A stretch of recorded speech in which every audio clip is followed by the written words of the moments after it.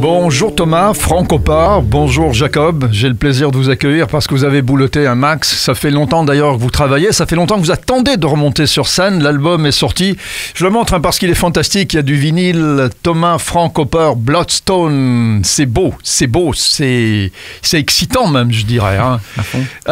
Il y a un CD aussi, bon, c'est moins excitant mais quand même, je le montre aussi.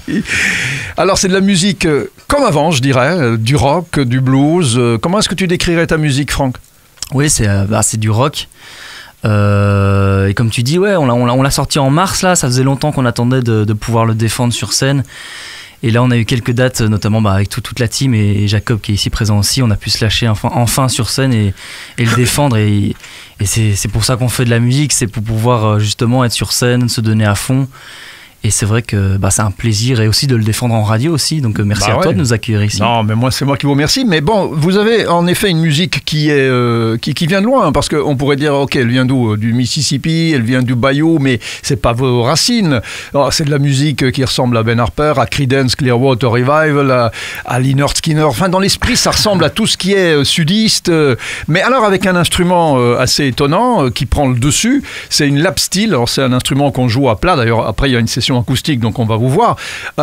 Pourquoi une lap steel ? La guitare slide ne suffisait pas ? Il y a un son vraiment différent ? Il y a une autre façon de le vivre, cet instrument ? Moi, j'ai découvert ça quand j'étais ado, quand j'écoutais plutôt du Ben Harper ou du John Butler Trio. Ils utilisent un peu cet instrument lap steel. Jeff Haley aussi, il fait une espèce. Bon, lui, c'était plus une guitare, mais c'était en mode lap steel. Et du coup, j'étais parti en Angleterre et j'étais tombé sur cette famille de luthiers qui faisait des Weissenborn, en fait. Ouais. C'est la version acoustique de la lap steel. Et j'avais vraiment halluciné sur cet instrument et j'en avais ramené une en Belgique. Et du coup, depuis, c'est pas depuis longtemps, hein, donc j'essaie d'apprivoiser un peu l'instrument et c'est un plaisir. C'est vrai que ça a une sonorité assez bluesy. Oui, ou alors carrément on est dans les îles, quoi. Ouais, oui, à fond. C'est les deux, hein, parce que soit on est au bord du Mississippi, soit on est à Hawaï. Donc, c'est la façon dont on l'utilise. Jacob, comment tu ressens comment, toi, tu es musicien, tu joues sur quel instrument ? De la guitare normale ? Je suis bassiste. Ouais. Et comment tu ressens cette sonorité-là ? Est-ce qu'elle implique déjà un autre état d'esprit dans un morceau de musique quand on a ce son-là ? Il est quand même plus profond. Hein, ça met une couleur tout de suite. Maintenant, le son de l'instrument lui-même, justement, va faire la différence entre les Caraïbes et ce que nous, on va faire qui est plus heavy et plus rentre dedans. Mais effectivement, c'est blues. Maintenant, par rapport à la slide, je crois que... il y a un autre son, mais c'est aussi toute une histoire d'accordage et tout. Ça se joue vraiment différemment. C'est une autre approche à la musique. Il y a une autre profondeur avec la lap steel. On rentre vraiment dans un monde plus mystérieux. Il y a quelque chose de plus dans la lap steel. C'est vrai que ça crée un mystère, peut-être. Ouais, et puis c'est vrai que je trouve qu'on a, comme Jacob l'a dit, on a quelque chose d'un peu plus heavy et on ne fait pas non plus du pur blues traditionnel. C'est vrai qu'on part plus dans quelque chose de rock, un peu à notre sauce, avec un peu tous nos influences.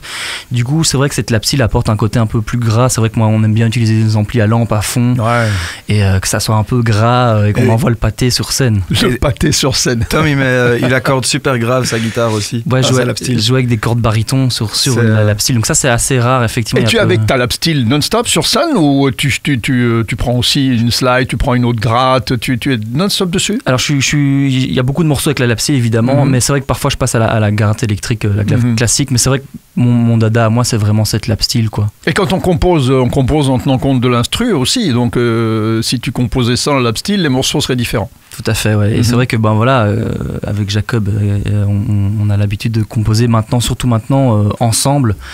Et du coup, maintenant, j'utilise quasi plus que la lap steel, quoi. Bon, moi, je pense qu'il y a quelque chose à jouer, en tout cas, parce qu'aujourd'hui, est-ce que les gens sont fatigués des sonorités actuelles, Jacob ? Tu penses que... Parce que on dit souvent que les jeunes, de toute façon, maintenant, ils reviendront plus en arrière, ils sont dans un monde digital, les sons digitaux. Est-ce que aller rechercher dans les racines est quelque chose de possible ? Parce que ça va changer méchamment les choses pour vous. Si vous vendez des camions, si vous vendez des camionnettes de disques, c'est autre chose, non ? Ah, ça changerait la vie. Ouais, je pense... par rapport, je sais pas, les sonorités que les gens vont aimer et suivre, c'est plutôt un apprentissage. Donc je pense qu'effectivement, il n'y a rien d'absolu dans le son que nous on fait. C'est pas vraiment un truc old school, c'est juste un truc d'une époque et maintenant on est dans une autre époque. Mais Mais l'idée de mélanger, parfois, vous est venue en tête, lapsteel et synthé, est-ce que quelque chose parfois passe dans votre esprit en vous disant tiens, on va clasher les générations Peut-être, mais enfin, je sais pas, je laisserai Thomas répondre aussi, mais pour nous, je crois que c'est plus une certaine énergie, une certaine couleur qu'on veut, et la musique découle de ça. Mais nous, on cherche... Et on aime bien utiliser, on aime bien aller retourner un peu dans quelque chose d'assez classique avec de l'Hammond, avec des amplis à lampe qui grésillent. On essaie de vraiment retrouver un peu une pureté aussi dans le fait que voilà, on n'utilise pas d'autotune quand on a fait cet album, il n'y a pas une once d'autotune là-dessus. On essaie on a fait à peine quelques prises pour certains morceaux au niveau de la batterie et de la basse. Enfin voilà, on essaie de retrouver quelque chose d'un peu plus pur, un peu plus authentique, en évitant un maximum tout ce qui est autotunes, des trucs, on a fait ça, tout ça sans clic aussi pour la batterie, pour la basse. Ils ont fait un boulot formidable en studio. On a eu la chance de bosser avec Alex Leroy qui bosse au Studio 6 ici à Bruxelles, qui a fait aussi un boulot qui lui aussi n'est pas très clic et autotune, donc tant mieux, on s'est retrouvé là-dessus.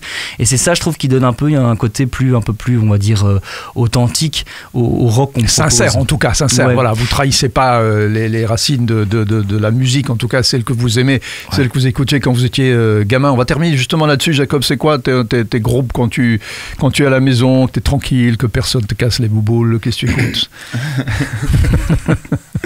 Pas de blague, hein.